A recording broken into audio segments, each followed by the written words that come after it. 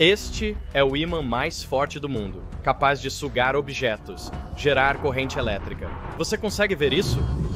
É capaz de levitar objetos não magnéticos. Ele até danifica equipamentos como câmeras. O fio é magnético, impedindo que os elétrons encontrem o caminho em um sensor semicondutor de óxido metálico complementar. Eles são redirecionados. Se você notar um vídeo ou áudio ruim, é muito difícil filmar nesses campos magnéticos.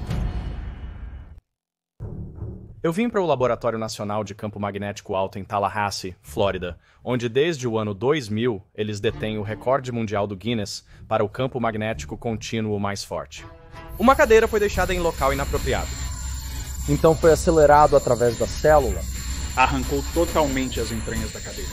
Agora todos nós temos aquelas cadeiras de madeira bonitas, super desconfortáveis. Para referência, o campo magnético da Terra é de 0,00005 Tesla. Um ímã de geladeira é cerca de 0,01 Tesla. Máquinas de ressonância magnética podem chegar a 3 Tesla, mas este eletroimã cria um campo magnético de 45 Tesla, quase 1 milhão de vezes o campo magnético da Terra. Para alcançar esse campo, o ímã consiste em um ímã supercondutor externo e um resistivo interno. Explicarei o motivo de precisar de ambos em breve. O aparelho tem 2 andares de altura, mas o campo máximo ou centro do campo só ocorre no centro de um cilindro estreito que passa pelo meio. Agora está desligado, não há matéria. Posso colocar meu dedo no furo?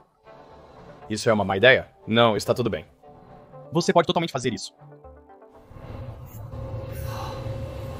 Então é lá que tem 45 Tesla. Mais para baixo. A 1 metro de distância. 1 metro para baixo. E então isso apenas cai por um tempo. Sim.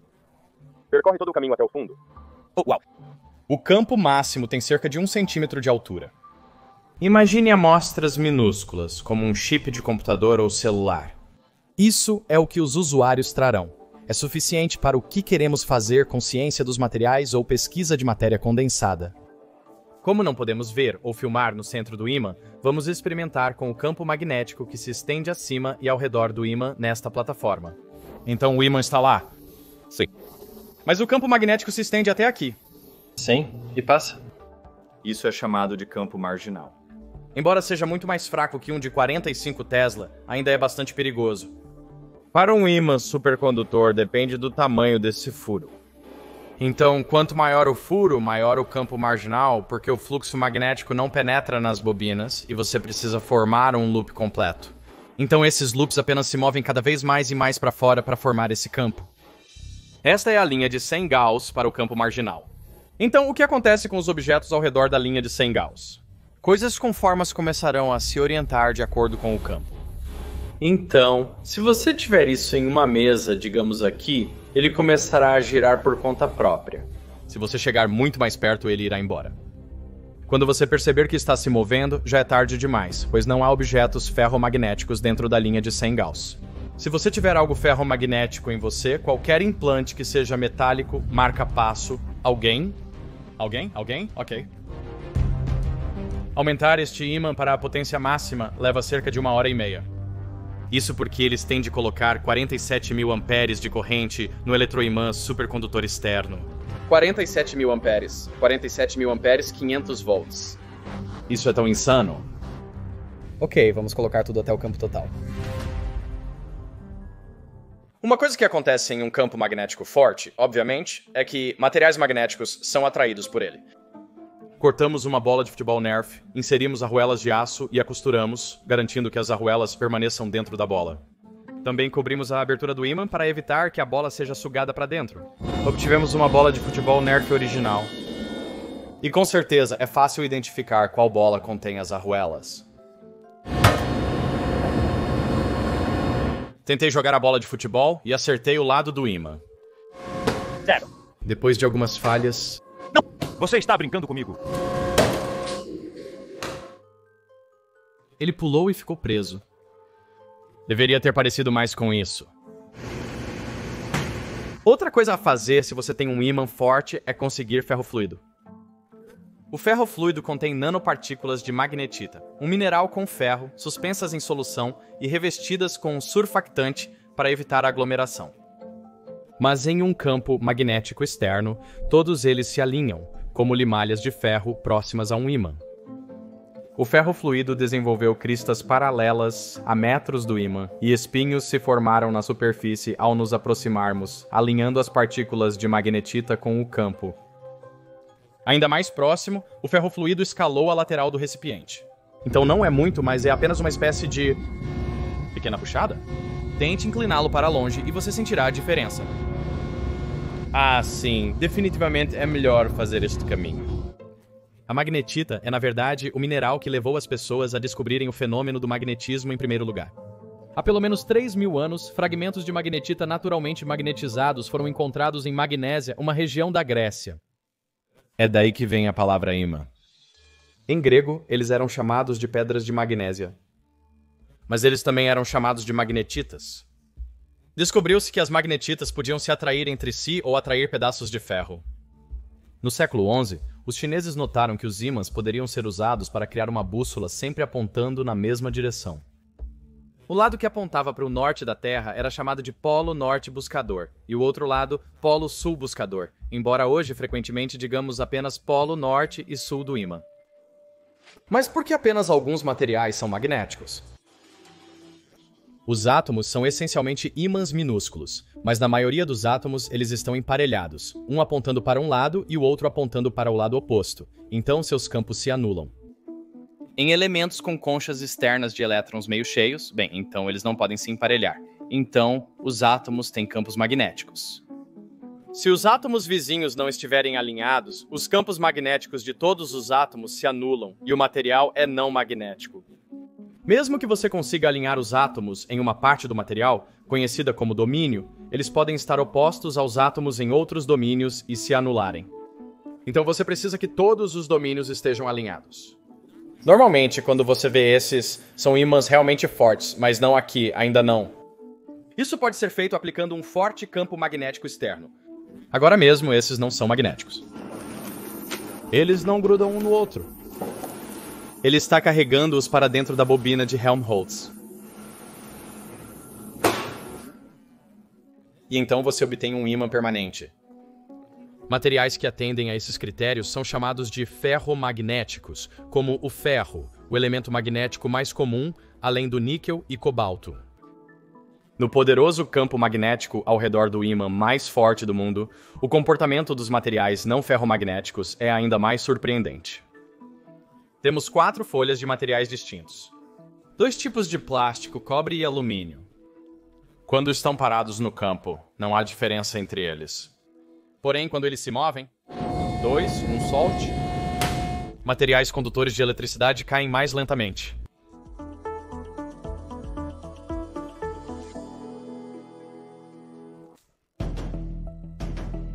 Conforme a placa metálica cai pelo campo, a quantidade de linhas do campo magnético que a atravessam está se alterando. Essa alteração no fluxo magnético induz correntes parasitas na placa, que geram um campo magnético próprio que se opõe à mudança no fluxo. Isso é conhecido como lei de Lenz. Portanto, se a placa cai em direção a um polo magnético norte, as correntes induzidas criam um polo norte por si mesmas, fazendo a placa ser repelida e cair mais devagar. Então, à medida que essa grande placa cai, são geradas correntes parasitas no metal, que devem dissipar alguma energia como calor. Então, eu quero ver se conseguimos perceber isso. Na verdade, está desacelerando agora. Porque está em um campo muito mais alto. Agora é leve, mas acho que você pode ver que o prato está esquentando um pouco enquanto cai. Visitei um levitador eletromagnético no Palácio da Descoberta, em Paris. Ele usa uma corrente alternada para levitar um prato, mas as correntes parasitas nesse prato geram tanto calor que a água realmente ferve em sua superfície.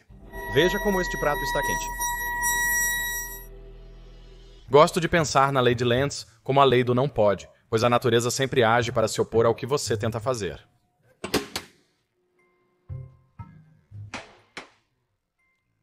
Se a placa está caindo, correntes parasitas são induzidas para frear sua descida.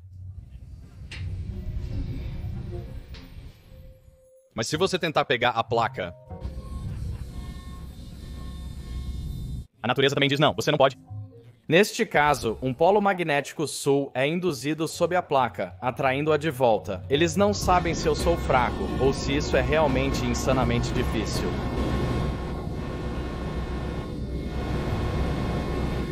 Aí está. Você é forte como um touro. Não importa o quanto eu tentasse empurrar o prato para baixo, ele não iria muito rápido, porque mesmo que eu pudesse acelerá-lo um pouco, isso aumentaria a taxa de mudança de fluxo, as correntes induzidas e seu campo magnético associado.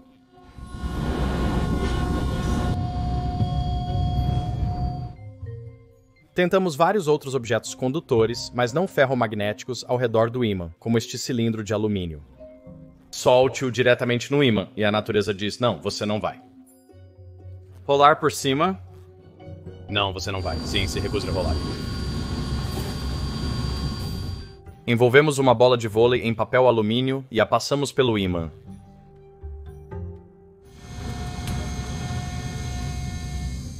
Ou a jogamos diretamente nele. Novamente, a mudança no fluxo magnético induz correntes parasitas que geram seu próprio campo magnético para se opor à mudança original. Queríamos ver o quanto de desaceleração o campo marginal do ímã de 45 Tesla alcançaria. Decidimos disparar projéteis de um canhão de batatas por cima. Está pronto? Tudo bem. 3, 2, 1.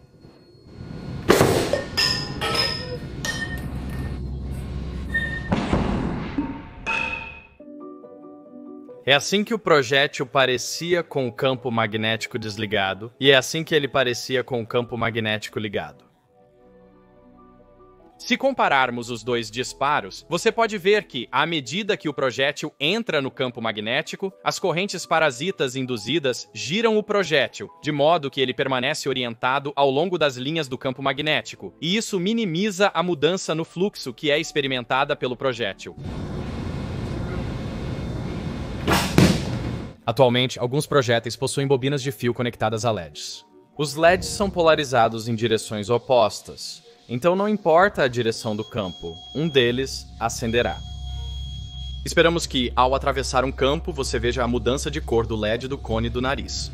E com certeza, esses projéteis se acendem, evidenciando as mudanças nas correntes induzidas da bobina. Em todos esses casos, a energia elétrica induzida é dissipada como luz ou calor. E se houvesse um material que não dissipasse energia, como um supercondutor abaixo de sua temperatura crítica? Duas coisas importantes sobre o supercondutor de alta temperatura que usamos aqui. Abaixo da temperatura crítica, a maioria dos materiais apresenta resistência elétrica zero. Assim, ao aproximar um ímã, correntes são induzidas para se opor à mudança no fluxo magnético. Como um supercondutor, essas correntes podem durar indefinidamente e expelir todo o campo magnético. Além disso, há filamentos não supercondutores no material. Existem defeitos que são projetados nos supercondutores, uma segunda fase, que prende essas linhas de campo magnético e as impede de se moverem. Ele não pode mais subir ou descer porque está meio que preso nessa configuração magnética. Este é o levitador humano. Ele consiste em um ímã de 40 kg flutuando acima de um anel de supercondutores. Estou em pé sobre um ímã e embaixo há um supercondutor? Isso mesmo. Quando fico em pé no ímã, ele é pressionado para baixo nos supercondutores, mas o aumento no fluxo magnético é contrariado por correntes nos supercondutores, criando um campo magnético que repele o campo magnético do ímã em que estou em pé.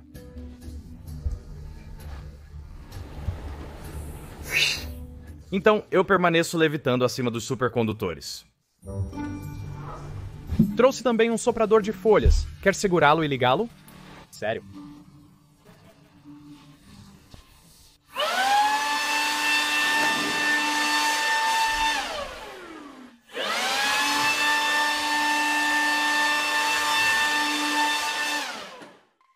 Agora, há uma nova forma de levitar em um campo magnético que não está relacionada a correntes parasitas induzidas.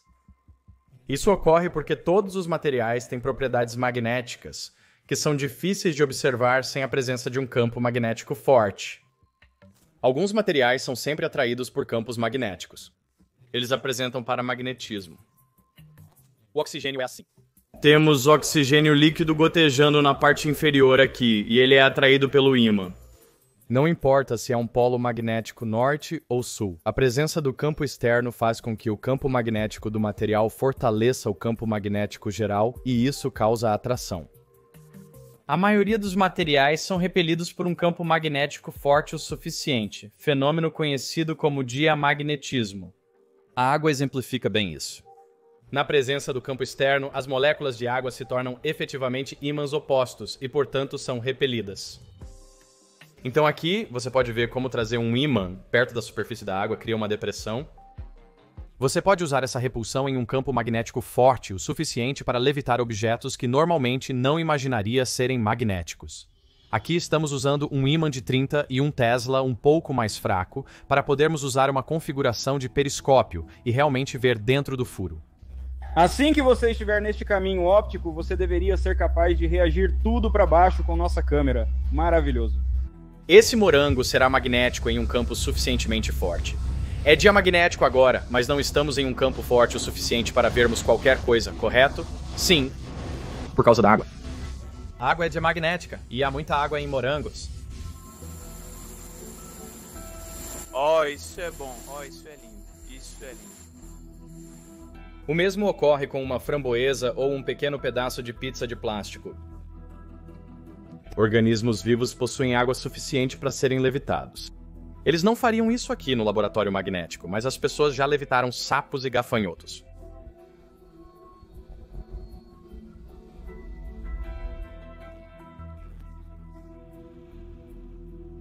Ratos e experimentos são usados para entender os efeitos da ausência de peso sem ir ao espaço.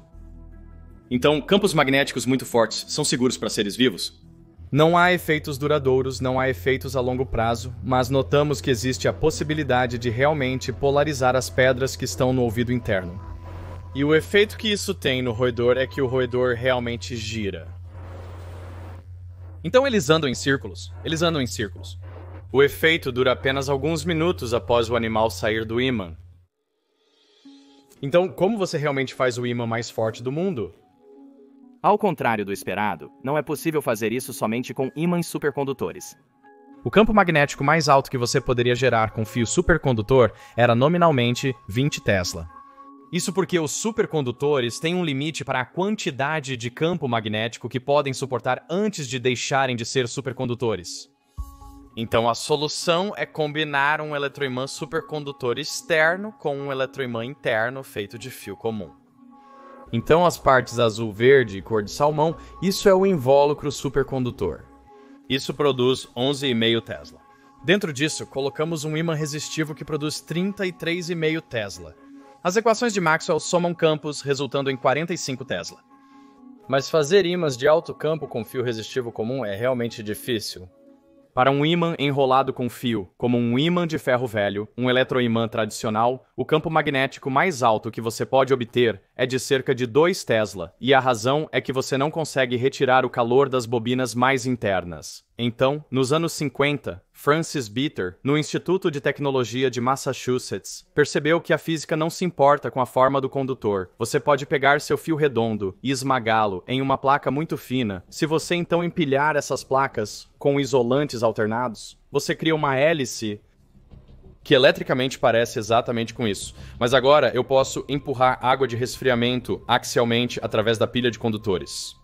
Isso significa que posso retirar todo o calor da parte mais interna, permitindo correntes muito mais altas através dessas bobinas, até 57.000 amperes, em comparação com um eletroimã tradicional enrolado com fio. Isso gera aproximadamente 34 Tesla ou 33,5 Tesla. As bobinas são empilhadas em um gabarito, alinhadas com hastes de amarração. Aplicamos cerca de 20 toneladas de força e travamos as hastes, mantendo a bobina unida e fornecendo conexão elétrica entre cada volta. Milhares de galões de água desionizada por minuto são bombeados pelas bobinas para resfriá-las, evitando que derretam.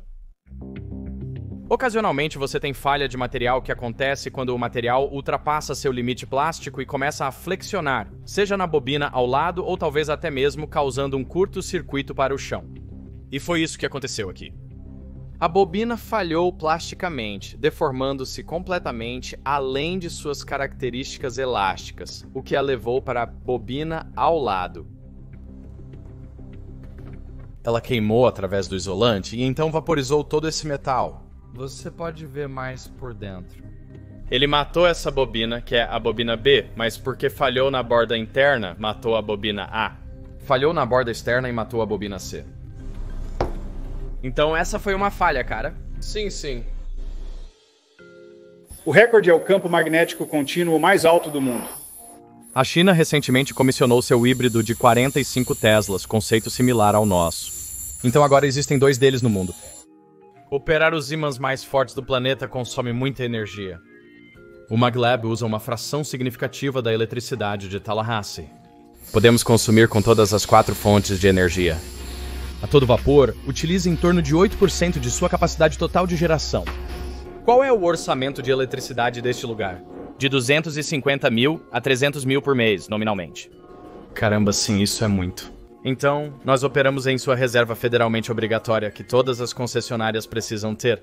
Eles precisam ter isso disponível para injetar na rede se houver um problema. Temos um acordo com a cidade para que eles possam realmente ganhar dinheiro com essa energia que eles têm que produzir, mas que não podem vender. Nós podemos reduzir mais rápido do que eles podem acelerar um gerador quando precisam. Por que você precisa de 45 Teslas? Algumas coisas impulsionam a descoberta de materiais, cultivar um novo material e colocá-lo em ambientes extremos, como alto campo magnético e alta eletricidade. Alta capacidade de energia, alta pressão, altas temperaturas, baixas temperaturas. Outro eixo está pegando um material existente e melhorando sua limpeza. Estão retirando todas as impurezas. Então, à medida que você reduz as impurezas no material, está diminuindo de onde os elétrons se dispersam ali dentro. Isso melhora as propriedades, permitindo que você veja coisas que nunca viu antes. Nós apenas começamos.